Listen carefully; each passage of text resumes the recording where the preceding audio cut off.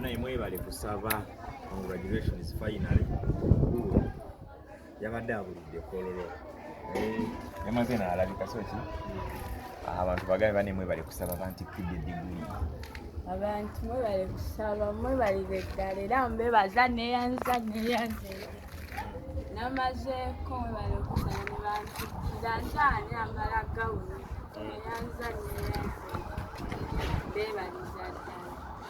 Okay, kale banaye tutadde full program yaffe ku YouTube channel yaffe that is Good Management.